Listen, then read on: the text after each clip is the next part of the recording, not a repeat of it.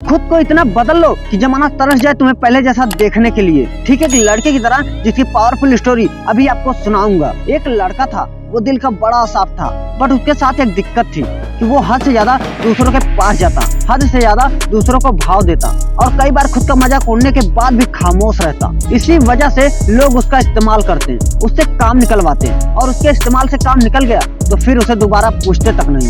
वो लड़का दूसरों के लिए दिन रात पागल रहता, लेकिन बदले में दूसरों को उसके होने या ना होने से कोई फर्क नहीं पड़ता था। वो कभी भी दूसरों को ना नहीं कर पाता था। कोई उससे मदद मांग ले बस एक बार अपनी जी जान लगा देता था वो। इसी चक्कर में वो पढ़ाई में पिछड़ गया, दोस्तों के पास जबरदस्ती जाता ताकि वो अकेला ना रहे और मजे कर सके। लेकिन उसके दोस्त उसको बस नाम के लिए पूछते थे, अगर वो होता तो भी ठीक है और ना होता तो भी ठीक है। ऐसा ही सिलसिला कई महीनों तक चलता रहा। अब धीरे धीरे उसे इस बात का भी एहसास होने लगा था कि वो लोग उसका इस्तेमाल सिर्फ अपने काम के लिए करते हैं। एक बार उनका मतलब निकल जाता है तो वो सब उसे पूछते तक नहीं। उसे ये बात अंदर से तोड़ती थी, झकझोरती थी, लेकिन फिर भी वो सेम चीज दोबारा करता, फिर से उन्हीं लोगों के पास जाता। कोई अगर सुना भी देता तब भी जवाब नहीं देता और इसी बीच ना तो उसका ध्यान पढ़ाई में लगता और ना ही किसी काम में। असल में वो उन चार लोगों में, चार दोस्तों में जबरदस्ती घुसने की कोशिश कर रहा था। जो साथ नहीं भी होना चाह रहे थे उन्हें भी जबरदस्ती अपना बनाने की कोशिश कर रहा था, लेकिन बस अब खत्म हुआ। आखिरकार अब उसे पूरी तरह से यह एहसास हो चुका था कि वो इस जमाने में सिर्फ और सिर्फ मजाक बनकर रह गया है। ना उसका कोई वजूद है और ना ही कोई कीमत। अब उसे बहुत बुरा लगता है, उसका दिल टूटता है। वो अकेले कमरे में खुद को बंद करके रोता है,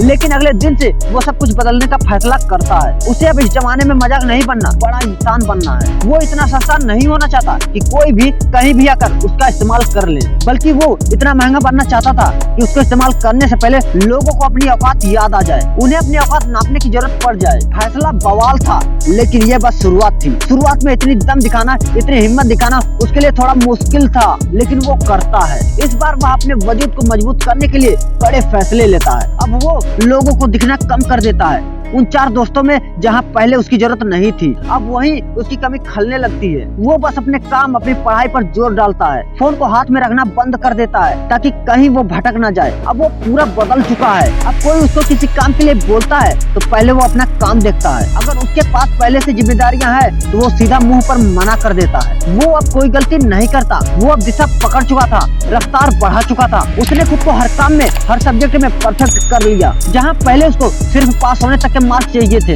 अब वो 80% लाने के बाद भी नाखुश था। उसका दिल और दिमाग अब अपने उसूलों पर चलने लगा था। उसे अगर अब कोई एक बार गलत बोलता तो वो उसे 10 बार गलत साबित कर देता। इस वक्त तक आते आते समाज में लोगों के बीच वो मशहूर होता गया। उधर पढ़ाई में उसने कामयाबी हासिल करी और इधर अपने व्यक्तित्व को सुधारने में जी तोड़ मेहनत करी। वो लड़का अब सिर्फ और सिर्फ अपने सपनों के पीछे पागल रहने लगा। लोग भी अब कहने लगे थे, अरे यार ये अब इतना कैसे बदल गया, कैसे संवर गया। अब लोग तरसते थे उस इंसान को उस लड़के में देखने के लिए जैसा वो पहले रहा करता था। अपनी तैयारी से उसने 4 चांद लगाए, होशियारी से उसने अपना सपना पूरा किया। सन 2006 में उसने यूपी पुलिस में हेड कांस्टेबल के पद पर काम किया।